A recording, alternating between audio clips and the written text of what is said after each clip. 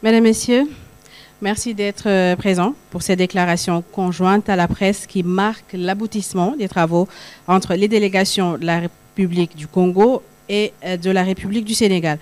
Alors, tout au long de cette session de travail, les deux premiers ministres, accompagnés de leurs équipes, ont échangé sur des questions essentielles telles que la sécurité, la coopération économique, l'enseignement supérieur ou encore l'assainissement. À présent, nous allons entendre les déclarations officielles de M. Ousmane Sonko, Premier ministre de la République du Sénégal, qui sera suivie de celle de son Excellence, M. Anatole Koliné Makosso, Premier ministre de la République du Congo, chef du gouvernement. Monsieur le Premier ministre Ousmane Sonko, c'est à vous. Merci, Madame. Nous sommes au terme d'une matinée de travail qui a été riche en enseignements. Je voudrais d'abord remercier M. le Premier ministre de la République du Congo, M. Anatole Makosso, d'avoir accepté notre invitation pour ce séjour en terre sénégalaise, accompagné d'une forte délégation ministérielle, de nous avoir permis d'entreprendre ces travaux qui ont pour objectif d'améliorer qualitativement la relation entre nos deux pays, à tout point de vue, mais singulièrement sur le plan économique. De le remercier au nom du peuple sénégalais, lui demander de transmettre également nos remerciements et nos salutations à son Excellence, Monsieur le Président Denis Sassou Nguesso, qui est un grand ami du Sénégal, comme vous le savez. Le transmettre les salutations et les hommages de son homologue sénégalais, le président Bassirou Diomaye Diakhar Faye, que vous avez eu la possibilité de rencontrer hier après-midi, pour lui porter le message de son Excellence le Président Denis Sassou Nguesso. Nos travaux ont été riches en enseignements. Nous avons survolé la coopération dans le sens du cadre juridique qui l'encadre actuellement. Vous savez que le Congo et le Sénégal entretiennent des relations depuis presque les indépendances des deux pays. Des accords ont été signés depuis les années 70 jusqu'à présent. Beaucoup d'autres accords sont en cours d'examen, de discussion et pourront être certainement signés prochainement. Mais des accords ont été signés dans le domaine de la coopération militaire, défense et sécurité, dans le domaine de l'enseignement supérieur, dans le domaine culturel, dans le domaine des transports et dans beaucoup d'autres domaines.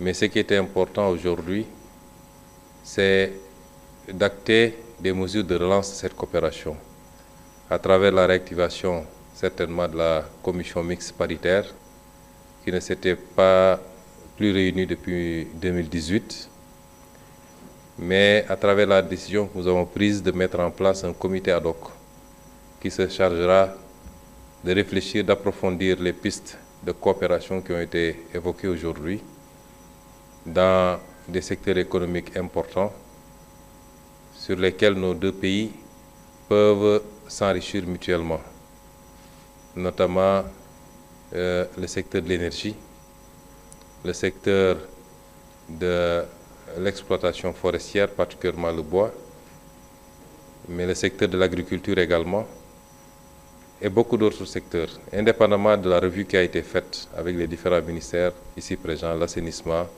l'enseignement supérieur, les forces armées et le ministère du Commerce et de l'Industrie.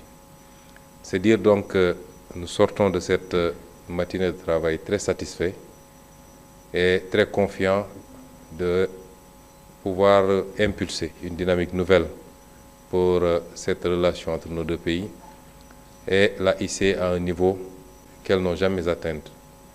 Qu'elles n'ont jamais atteint parce que c'est extrêmement important pour nous dans cette dynamique de coopération intra-africaine, de renforcement des échanges intra-africains. Et le Congo et le Sénégal sont une illustration sur la faiblesse des échanges entre les pays africains. Dans une époque où on parle de ZLECAf, de renforcer le libre-échange entre les pays africains, je crois que cette rencontre arrive à point et nous permettra, dans le cadre bilatéral strictement ici, de faire de Brazzaville et de Dakar un axe de coopération qui pourra être donné en exemple au reste de l'Afrique et qui nous permettra ensemble de hisser les économies de nos pays, les secteurs d'enseignement de nos pays, les secteurs de défense et de sécurité de nos pays à un niveau très élevé. Donc c'est les quelques mots que je voulais dire en introduction. Je vous remercie de votre écoute. À présent, à M. Anatole Koliné Makosso, Premier ministre de la République du Congo, chef du gouvernement. Merci. Nous avons eu droit cette matinée à une séance de travail très fructueuse avec le gouvernement sénégalais, conduit par mon très cher homologue et frère, M. Ousmane Sonko, que je voudrais très sincèrement remercier, et avec lui l'ensemble du gouvernement et l'ensemble du peuple sénégalais pour l'accueil chaleureux qu'ils ont réservé à ma délégation. Je l'ai traduit hier à son Excellence, Monsieur le Président de la République, qui a eu l'amabilité de nous accorder une audience. J'ai tenu à exprimer toute ma gratitude pour l'invitation de mon homologue, mais aussi pour toutes les conditions qui ont été réunies pour rendre notre séjour agréable dans cette terre de la Teranga. Oui, cet accueil, cette hospitalité ont confirmé la qualité et le sens même de la Teranga en cette terre sénégalaise. Nous l'avons témoigné au président de la République à qui nous avons porté le message de son homologue et frère, le président Denis Sassou Nguesso, qui nous a chargé de lui traduire sa volonté et son attachement aux valeurs de paix, de concorde, d'unité, de solidarité, de fraternité et d'amitié. Sa volonté de consolider ces liens séculaires qui unissent nos deux peuples. Pour l'histoire, nous nous plaisons toujours de le dire, et à raison. Le Sénégal et le Congo sont liés par une communauté de destin. Une communauté de destin qui a commencé depuis le XVe siècle, parce que les deux pays, au travers de leur capitale, ou plutôt au travers de deux villes historiques, Dakar et Luango, ont constitué la plaque tournante du commerce triangulaire entre le XVe et le XIXe siècle. Les deux pays, au travers de leur capitale, ont été les capitales, l'une de l'Afrique équatoriale française, l'autre de l'Afrique occidentale française. Les deux pays ont plusieurs similitudes qu'il ne nous plaît pas de rappeler ou de dégrainer ici, mais qui devraient nous rassurer de la détermination des peuples de consolider leur coopération. Une coopération qui est née en 1974, après avoir établi les relations diplomatiques en 1968.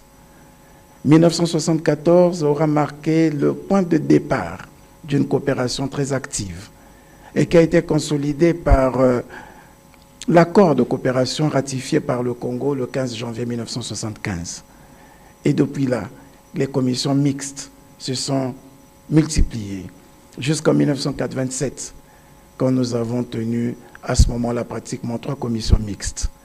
Malheureusement, à partir de 1987, il y a eu un ralentissement. Pendant 31 ans, sans qu'il n'y ait eu de commission mixte, jusqu'à ce que nous ayons tenu la 4e commission mixte en 2018. Et depuis là, nous avons pris un engagement de rendre cette coopération beaucoup plus active. Les ministres sont arrivés. Nous avons signé en 2018 un accord de coopération technique et militaire qui a été ratifié au Congo en 2020. Et nous saluons la coopération militaire et technique entre les deux pays depuis 2020, avec un accent particulier mis sur la formation de nos cadres, de l'armée et de la sécurité. Plusieurs de nos compatriotes sont formés ici, comme plusieurs de nos jeunes sont formés à l'académie militaire et surtout à l'école Génie Travaux à Brazzaville. Nous voulons renforcer cette coopération et la mettre au niveau de la coopération de l'enseignement supérieur, où nous avons des milliers d'étudiants qui sont ici. Mais nous devons partir, et c'est tout le sens à donner à la réunion que nous avons eue avec le gouvernement sénégalais. Nous devons partir de la diplomatie représentative à une diplomatie plus coopérative. Nous devons partir de la coopération institutionnelle à une coopération plus économique. C'est tout le sens de la séance de travail aujourd'hui. C'est pour cette raison que nous avons exploré ensemble d'autres axes de coopération. Des axes qui sont beaucoup plus assis sur la diversification de l'économie. Parce que, ainsi que l'a dit Monsieur le Premier ministre, si nous voulons aller vers la zone de libre-échange économique d'Afrique, la ZLECAf, il nous faut renforcer l'économie, il nous faut renforcer les échanges intra-africains. Il a été démontré une véritable faiblesse des échanges au niveau de la région. Tenez, à peine 16% des échanges commerciaux concernent l'Afrique. 50 ou 60% des échanges commerciaux de l'Afrique, des exportations, se font avec des pays hors du continent. On ne peut pas garantir le développement du continent si les échanges intracontinentaux sont si faibles. Il nous faut donc travailler pour davantage développer ces échanges.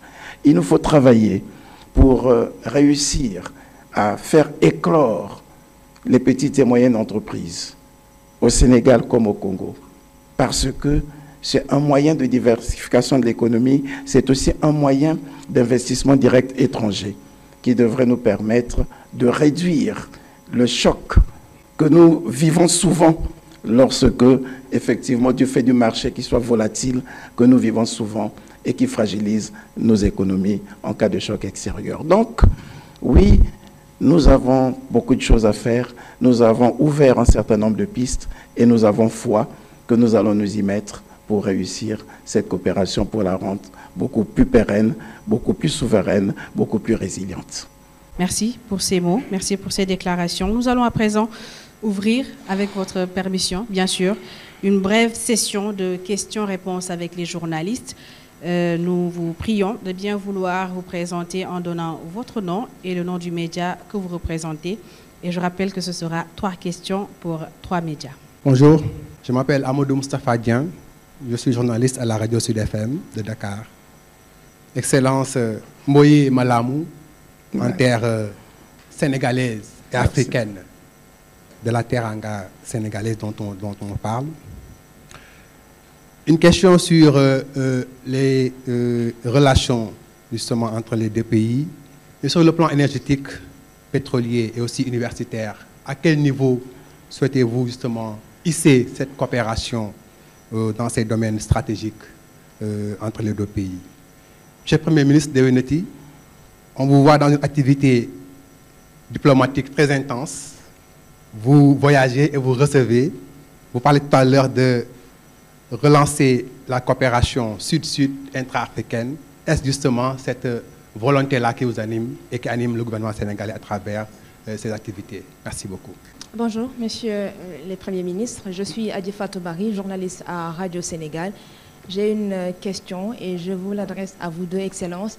C'est sur le contrat d'affermage qui avait été accordé à la Sénélec suite à un appel d'offres, contrat qui serait aujourd'hui suspendu. Ma question est de savoir si le sujet a été évoqué tout à l'heure au cours de votre entretien. Si oui, quelles sont les perspectives? Merci.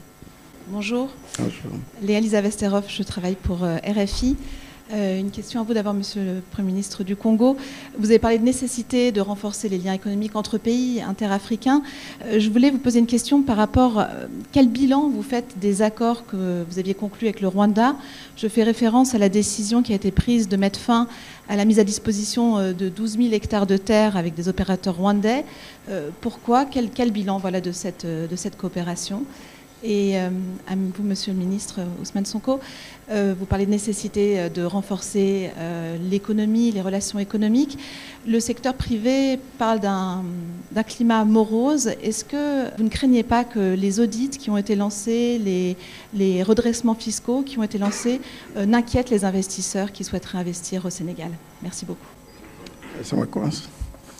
Merci beaucoup. À notre ami qui nous a posé la question sur le niveau de la coopération en matière d'enseignement supérieur, en matière de défense, c'est cela, et à quel niveau nous voulons porter cette coopération. Bien, au niveau optimal, nous l'avons commencé, et j'ai dit qu'elle s'exécute normalement, cette coopération, surtout dans les deux secteurs de l'enseignement supérieur et de la défense et de la sécurité.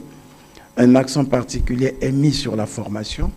Je disais tout à l'heure que nous avons une diplomatie culturelle et sociale très forte, une diplomatie institutionnelle bien développée entre nos deux pays, mais nous voulons plutôt aller un peu plus loin. Au plan institutionnel, au plan culturel, comme je le disais, l'accent qui est mis sur la formation nous permet de montrer l'engagement et la volonté de nos dirigeants au plus haut niveau sur l'encadrement de la jeunesse. Parce que l'éducation est l'arme la plus puissante pour sauver le monde, dit-on. Et nous saluons les efforts entrepris par les autorités sénégalaises pour permettre à la jeunesse congolaise de se mouvoir en terre sénégalaise, d'étudier, de se former et de se présenter comme une véritable ressource humaine importante pour le développement de nos économies, pour le développement de nos pays.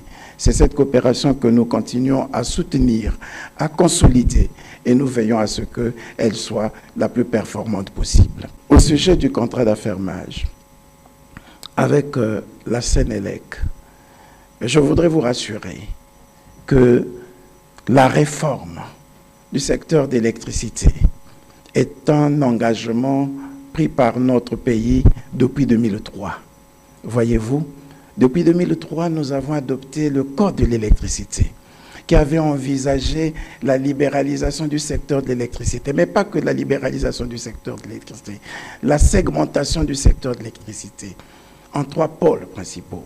Le premier pôle, c'est le pôle de la production. Le deuxième pôle, c'est le pôle du transport. Le troisième pôle, c'est le pôle de la distribution. Depuis 2003, nous avons envisagé de libéraliser ce secteur, comme nous avons réussi à libéraliser bien d'autres, notamment le secteur de télécommunications, qui était d'ailleurs géré au départ par la société nationale qu'on appelait l'Office national des postes et télécommunications. Mais à partir des années 2000, nous avons libéralisé ce secteur, ce qui a permis de faire entrer d'autres groupes comme MTN, comme RTL. Nous avons libéralisé le secteur des produits pétroliers. La commercialisation des produits pétroliers était aussi l'apanage d'une société d'État qu'on appelait Hydro-Congo. À partir des années 2000, nous avons libéralisé ce secteur. C'est pourquoi vous avez les groupes comme Puma, comme Total, comme X-Oil, qui opèrent au Congo dans ce secteur. Alors, il nous restait le secteur de l'électricité. C'est un service public très sensible, comme vous pouvez l'imaginer. Et c'est pour cette raison que ça tardait à être totalement réformé. Vous voyez, je vous ai parlé de 2003, le Code d'électricité. Et il est dit au niveau du Code d'électricité que la production de l'électricité devrait être concédée, c'est-à-dire les barrages hydroélectriques dont nous disposons devaient faire l'objet de concessions. Mais depuis 2003, nous n'avons pu réussir le travail de concession qu'à partir de 2022. Vous voyez, c'est déjà donc très difficile, c'est un secteur qui est difficile à réformer. Et s'agissant du secteur de distribution, depuis la loi de 2003, on avait dit qu'on pouvait utiliser 5 modes de gestion du secteur d'électricité. Il pouvait y avoir le modèle de concession, Il pouvait y avoir le modèle d'affermage, il pouvait y avoir le modèle de régie intéressée, il pouvait y avoir tout autre modèle, il est dit, c'est-à-dire celui, par exemple, de l'intégration en un seul tenant de tous les secteurs d'électricité. Et nous avons travaillé pour réussir à faire l'affermage. Et l'option a été prise à partir de 2018, lorsque nous avons fait de la Société nationale d'électricité une société du patrimoine, ce qui devrait donc nous permettre de libérer les autres secteurs au privé. Et en 2003, le gouvernement congolais a pris un décret autorisant justement la gestion du secteur d'électricité, la distribution et la commercialisation du secteur d'électricité par affermage. C'est à partir de là qu'un appel à manifestation d'intérêt a été lancé et un appel auquel a souscrit la Sénélec aux côtés de bien d'autres entreprises. Vous avez raison, la Sénélec a remporté cet appel à manifestation d'intérêt, mais sans compter sur les opinions publiques de nos pays respectifs. Je crois que le Sénégal a eu le même problème. Nous étions en 1998, lorsqu'il s'est agi de concéder la distribution et la commercialisation de l'électricité à une compagnie qu'on appelait Hydro-Québec. Il y a eu la réaction des populations qui ont toujours du mal à accepter que ce secteur public, ce secteur qui relève parfois de la souveraineté d'État, soit confié à d'autres acteurs et particulièrement aux acteurs privés. On a donc été confrontés pratiquement à la même difficulté, non pas seulement s'agissant de la Sénélec, mais aussi s'agissant des autres entreprises à qui on avait même déjà concédé le secteur de distribution. Nous avons 4 barrages. Les 4 barrages ont été concédés à des sociétés et aujourd'hui, les syndicalistes et les partenaires sociaux reposent même le problème de la concession de ces secteurs de production. Et nous travaillons pour expliquer. En fait, pour tout vous dire, il a fallu un travail pédagogique au préalable. Et ce travail pédagogique n'a pas été assez efficace, ce qui a suscité un certain nombre d'inquiétudes, d'interrogations. Et ce sont ces inquiétudes que nous sommes en train de lever petit à petit. Et si nous parvenons à lever ces inquiétudes, nous allons nous asseoir de nouveau avec Sénélec pour voir dans quelles conditions, effectivement, l'opérationnalisation de ce contrat d'affermage devrait se faire. Parce que, laissez-vous le savoir, le contrat d'affermage que nous avons signé comporte 48 mesures préalables. Et il faut donc que toutes ces mesures préalables que nous avons retenues de commun accord avec Sénélec, que toutes ces mesures préalables soient d'abord résolues, soit elles sont identifiées. Il faut qu'on puisse les lever. Une fois ces mesures levées, il appartiendra au gouvernement congolais de mieux faire percevoir l'importance de la réforme à toutes les parties prenantes. Vous avez les syndicats. Lorsque vous voulez aller vers la privatisation d'un secteur, la première résistance, vous l'avez avec les partenaires sociaux. Quid de leur outil de travail? Quid de leur situation professionnelle? Et là, vous avez une bonne période de discussion que vous devez engager pour que la réforme d'un secteur aussi sensible que celui de l'électricité puisse passer sans problème. Vous avez les consommateurs. Là aussi, vous avez besoin de les rassurer. Est-ce que le prix du kilowattheure sera élevé? Est-ce qu'il sera toujours à la portée de nos bourses? Voilà, c'est tout ce travail qui est en train d'être fait. Sans doute, avons-nous confondu vitesse avec précipitation? On était tellement sûrs de la volonté de tous d'aller vers la réforme de ce secteur que nous avons voulu anticiper. Les populations nous ont dit, nous avons encore besoin d'en apprendre davantage et c'est pour cette raison que le Conseil des ministres, sur instruction du président de la République, nous a simplement demandé de conduire la réforme avec méthode jusqu'à ce que l'ensemble des parties prenantes adhèrent de façon à ce que ce soit une réforme réussie. Parce que, quel serait l'intérêt de confier la gestion à un partenaire privé si, entre-temps, les partenaires sociaux pouvaient s'illustrer par des actes peu civiques qui pourraient remettre en cause la volonté des partenaires publics comme privés de mettre en œuvre une politique de développement du secteur, une politique de réforme d'un secteur aussi sensible que celui-là, et remettre en cause pratiquement toute la politique. C'est donc des précautions que nous sommes en train de prendre. C'est pour vous dire que la réflexion est toujours d'actualité. La convention d'affermage a été suspendue. Oui, c'est le Premier ministre qui a pris la note suspendant la mise en œuvre du contrat d'affermage, le temps que nous puissions mettre au point les 48 mesures préalables qui ont été identifiées et que nous préparions l'opinion à comprendre la nécessité de la réforme. Je terminerai par la question de Madame sur les accords de coopération avec le Rwanda. La coopération avec le Rwanda est parfaite. Nous n'avons aucun problème, comme nous n'avons aucun problème avec tous les autres pays. Les accords que nous avons signés avec le Rwanda, nous les avons signés avec l'ensemble des pays avec lesquels nous sommes en partenariat. Nous venons de faire le point ici avec le Premier ministre du Sénégal, s'agissant des accords de coopération militaire, par exemple, que nous n'avons même pas encore avec le Rwanda parce que ça n'a jamais été ratifié. Mais pourtant, s'agissant du Sénégal, nous avons un accord de coopération militaire et technique qui a été ratifié par notre Parlement. Nous avons des accords sur la non-double imposition qui permettent de garantir un cadre propice au développement des affaires, à l'activité commerciale.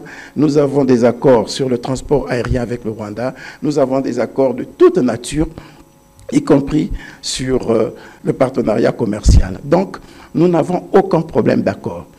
Le problème qu'il y a avec le Rwanda, c'est la caducité d'un certain nombre d'actes administratifs qui n'ont rien à voir avec les accords de coopération.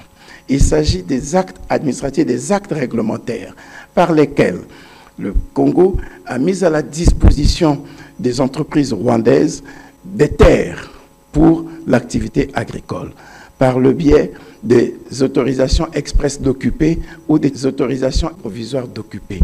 L'autorisation expresse d'occuper est, entre guillemets, une sorte de bail emphytéotique sur 20 ans, donné à une entreprise publique comme privée, et particulièrement privée, nationale comme étrangère, qui doit y développer une activité agricole. Planter du ricin, planter du manioc, planter n'importe quel produit, voilà, et en vue de l'exploitation agro-pastorale ou agro-industrielle. Et c'est cette autorisation expresse d'occuper qui a été donnée à une société qu'on appelle Crystal Venture, une société rwandaise. Sans doute, les populations, du fait du conflit qu'il y a entre le Rwanda et la RDC, influencées par une erreur d'interprétation de cet accord, ont cru voir une collaboration avec le Rwanda, avec ceci que on parle toujours du fait que le territoire du Rwanda n'est pas très grand et qu'il y a des velléités d'occupation de territoire en dehors de la superficie du périmètre rwandais. Il y a eu ce flou qui a été entretenu, mais n'en a pas été le cas. C'est juste une autorisation expresse d'occuper qui a été donnée à la société Crystal Venture. Et dans l'autorisation expresse d'occuper, il y a des clauses suspensives. Il y a des clauses qui disent si au bout d'un certain temps, aucune activité n'a été réalisée, l'autorisation devient caduque. C'est ce qui s'est passé pour l'autorisation express d'occuper. Et on s'est même rendu compte que la société Crystal Venture, qui avait bénéficié de l'autorisation express d'occuper, a sous-loué les parcelles de terrains ruraux qui lui ont été données, a sous-traité à une autre société. Et ça, c'est une cause d'annulation de l'autorisation express d'occuper. C'est ce qui a été fait. À côté de l'autorisation express d'occuper, il y a des autorisations provisoires d'occuper d'une durée de 2 ans. Lorsque, il y en a eu 5 comme ça qui ont été données aussi à des entreprises rwandaises. Si au bout de 2 ans, aucune activité n'a été réalisée, l'autorisation provisoire d'occuper devient nulle. C'est ce qui a été fait. Et lorsque nous avons constaté que les autorisations qui ont été données aux compagnies rwandaises n'ont pas fait l'objet d'exploitation, elles sont rentrées sous le coup de la caducité, elles ont été annulées. Ce qui n'a rien à voir avec la qualité des relations diplomatiques, de coopération que nous entretenons avec le Rwanda, qui sont à ce jour intactes, qui sont parfaites, qui ne souffrent d'aucune anomalie. Merci, Monsieur le Premier ministre. Je ne crois pas avoir une aussi bonne mémoire. Je ne me rappelle pas forcément de toutes les questions qui ont été posées. Par rapport à la première question relativement à nos orientations diplomatiques qui sont centré prioritairement sur l'Afrique et le voisinage. C'est des orientations assumées qui découlent d'un long parcours politique. Nous l'avons décliné depuis 10 ans, ou plus de 10 ans maintenant qu'on est en politique, à travers nos discours, à travers nos écrits, à travers nos programmes politiques, que la diplomatie commence par le voisinage immédiat. Toutes les formes de diplomatie. Et le Premier ministre l'a rappelé tout à l'heure, l'une des erreurs fondamentales de l'Afrique, c'est qu'on a le regard tourné. C'est peut-être une forme d'aliénation issue de la colonisation qui fait que nous pensons extravertis. Nous considérons que pour être considéré qu'un acte diplomatique doit être orienté vers l'étranger, vers certaines puissances, certains pays. Et que rendre visite à un pays voisin, à un pays africain, n'est pas coté de la même manière que se rendre dans certaines grandes capitales occidentales, américaines ou asiatiques. Il faut qu'on sorte de ce complexe. Et c'est pourquoi nous avons considéré que le potentiel de coopération que nous avons avec les pays africains est beaucoup plus important que celui qu'on essaie d'escompter ailleurs. Et le Premier ministre a rappelé tout à l'heure, le niveau d'échange intra-africain est d'une faiblesse inquiétante. La principale conséquence, c'est le renchérissement, évidemment, de tout ce que nous consommons. Nous exportons de très loin, nous faisons 8000 km, 10 000 km, même quelquefois plus, pour aller importer des produits finis dont l'essentiel des matières provient de l'Afrique. Il faut casser ce cycle. Il faut qu'on sorte de ce complexe. Et c'est pourquoi aujourd'hui, nous restons ouverts au monde entier. Le président de la République a fait plusieurs déplacements hors du continent. Moi-même, je vais commencer à en faire à partir de maintenant. Et je n'ai pas encore commencé à voyager, rassurez-vous. On a beaucoup à faire et nous allons le faire pour l'intérêt de ce pays avec des objectifs très précis pour chaque déplacement. Et je voudrais dire simplement que dans le cadre de cette coopération-là, dans nos relations avec le Congo, nous avons considéré qu'il y avait mieux à faire, plus à faire. Vous avez parlé tout à l'heure d'axes de coopération que nous avons déjà expérimentés et qui marchent assez bien. Sur le plan de la défense, il y a un accord ratifié par le Congo, qui n'a pas encore été par le Sénégal, mais nous allons nous y mettre pour le ratifier le plus rapidement possible. Sur le plan de l'enseignement de manière générale, je crois que là on a pratiquement une totale satisfaction. Il y a beaucoup de jeunes Congolais qui aujourd'hui sont dans nos différentes universités et subissent une formation et quelquefois même choisissent de rester au Sénégal pour y travailler ou pour d'autres raisons. Sur le plan des échanges économiques, c'est beaucoup moins reluisant. Et nous avons considéré qu'on peut faire mieux. Je ne vais pas vous dire le chiffre de nos échanges, mais il est très très faible. Et je vais vous donner un exemple très simple. Comme je l'ai dit la dernière fois en Sierra Leone sur la bauxite et sur le fer, aujourd'hui l'Afrique de l'Ouest importe énormément de bois. Parce que l'Afrique de l'Ouest est en grande partie sahélienne du moins, en grande partie. Nous ne sommes pas des pays forestiers, la plupart d'entre nous. Si vous prenez l'exemple du Sénégal, la petite bande forestière qu'on a, c'est le sud du pays, qui aujourd'hui est extrêmement agressé. L'Afrique de l'Ouest importe pour plus de 513 millions de dollars de bois. Et je peux vous dire que l'essentiel de ce bois provient certainement du Congo et d'autres pays d'Afrique centrale pour aller être transformé à l'extérieur du continent et ça nous revient beaucoup plus cher. Le Sénégal est le deuxième importateur de bois en Afrique de l'Ouest après le Nigeria. 17% des importations de l'Afrique de l'Ouest, ça concerne le Sénégal. C'est plus de 70 milliards d'importations, en tout cas chiffrées.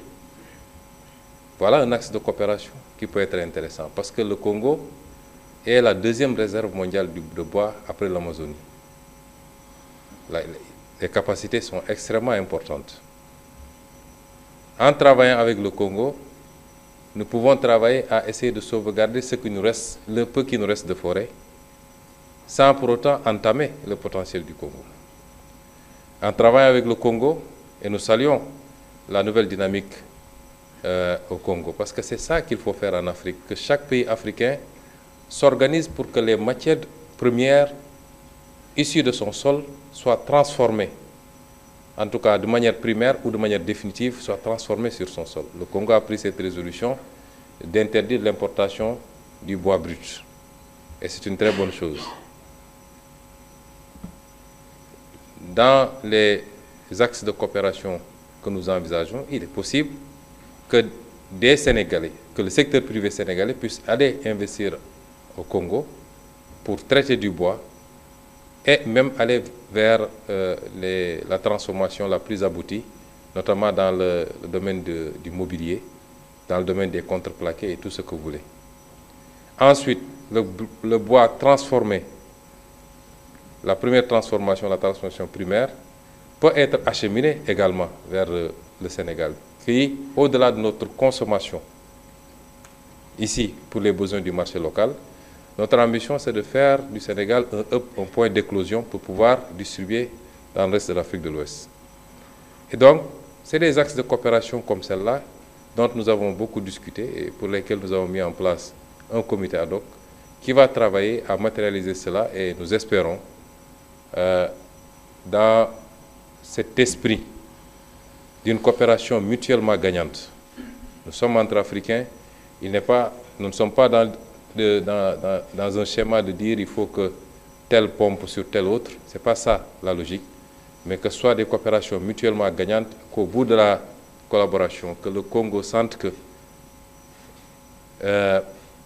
il a gagné beaucoup plus dans ce schéma de coopération que dans les schémas extraversés vers peut-être l'extérieur, et que le Sénégal également sente qu'il a beaucoup plus gagné quand il travaille avec le Congo, quand il exporte de très loin le bois dont il a besoin, au-delà de ses besoins qu'il ait pu servir de courroie pour acheminer du bois congolais dans le reste de l'Afrique de l'Ouest.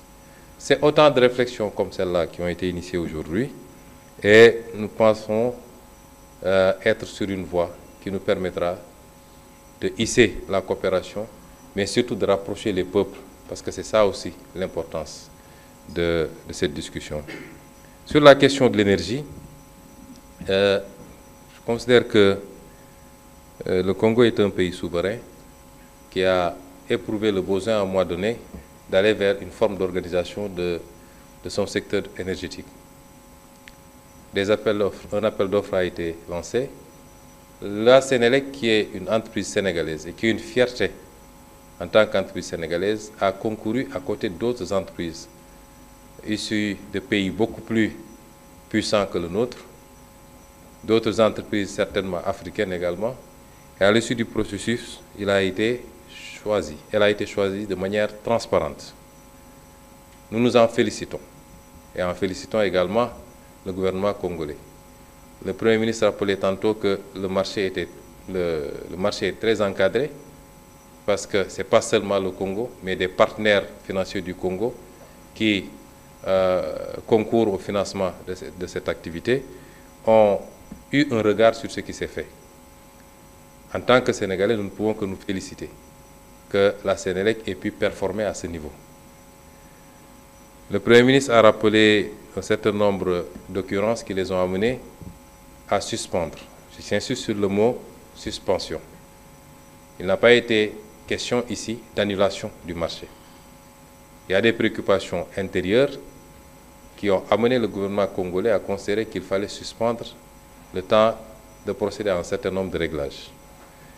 Je demeure convaincu que ce contrat sera parfait, que ce contrat sera validé et que ce sera un bel exemple de ce que nous pouvons faire dans cette dynamique de coopération sud-sud, de coopération entre pays africains, parce que souvent nous avons à rougir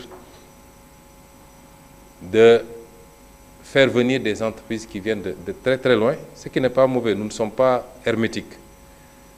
Nous sommes très fiers quelquefois même de dire que cette entreprise est venue de tel pays européen, de tel pays américain.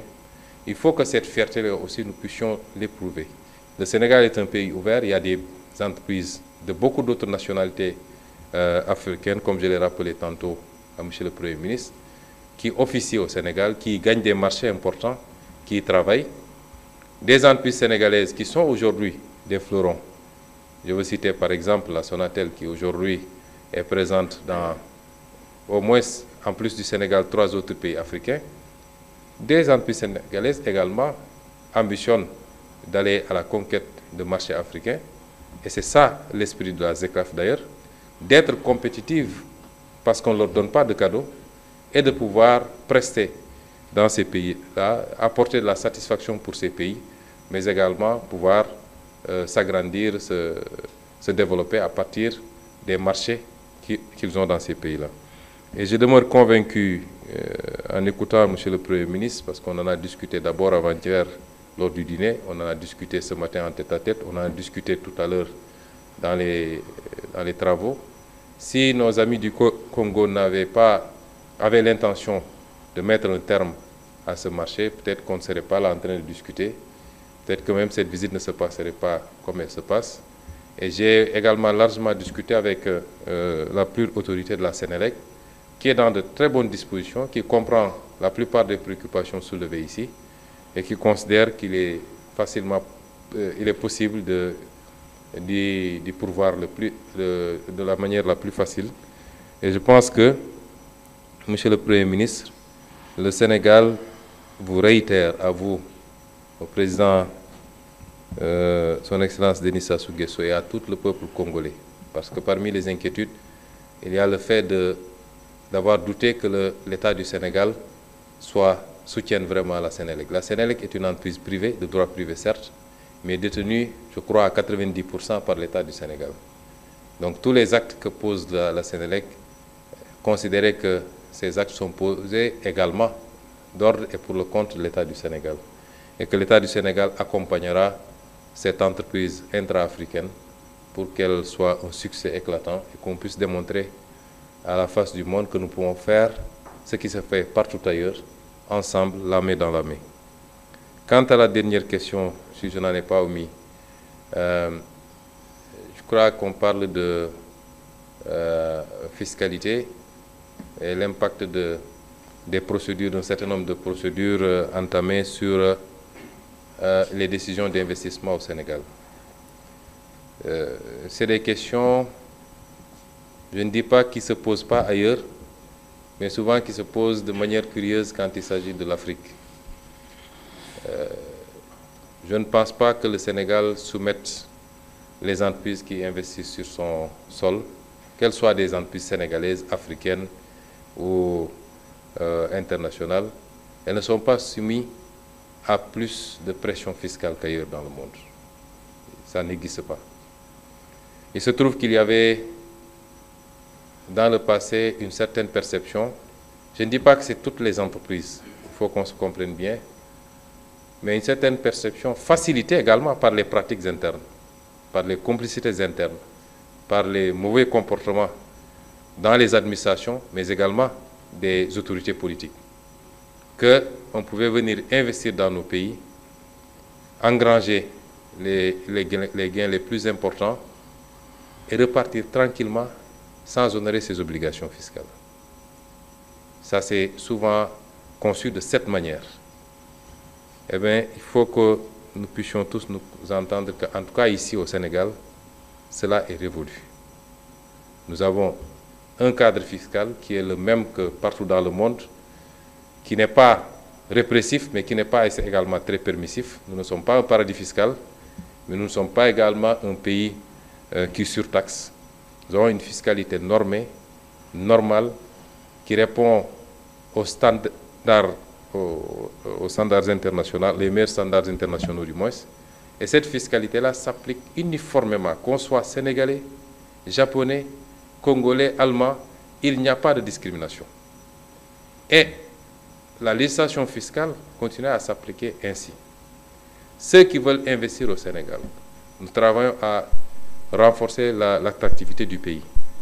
Nous sommes en train de réformer tout le dispositif, tous les codes, le code des investissements, le code minier, le code pétrolier, le code des impôts, le code des douanes. Pratiquement tous les codes sont en chantier pour les rendre attractifs sans pourtant être permissifs.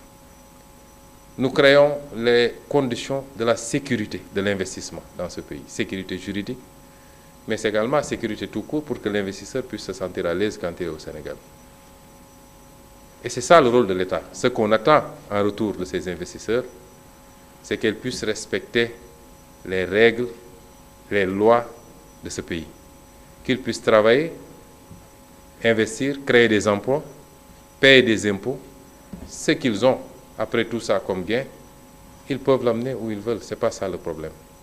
Si on est tous d'accord sur ce schéma, je pense qu'il n'y aura pas de problème. Mais si les gens considèrent qu'ils peuvent venir en Afrique, continuer à pomper les ressources naturelles, gagner des marchés surfacturés, sans payer des impôts, de plus en plus même importer des ouvriers alors qu'on a suffisamment de bras pour travailler, ça c'est révolu également. Et nous ne pourrons pas l'accepter. Et le chantage de l'investissement contre l'aveuglement fiscal ne marchera pas au Sénégal. Je vous remercie.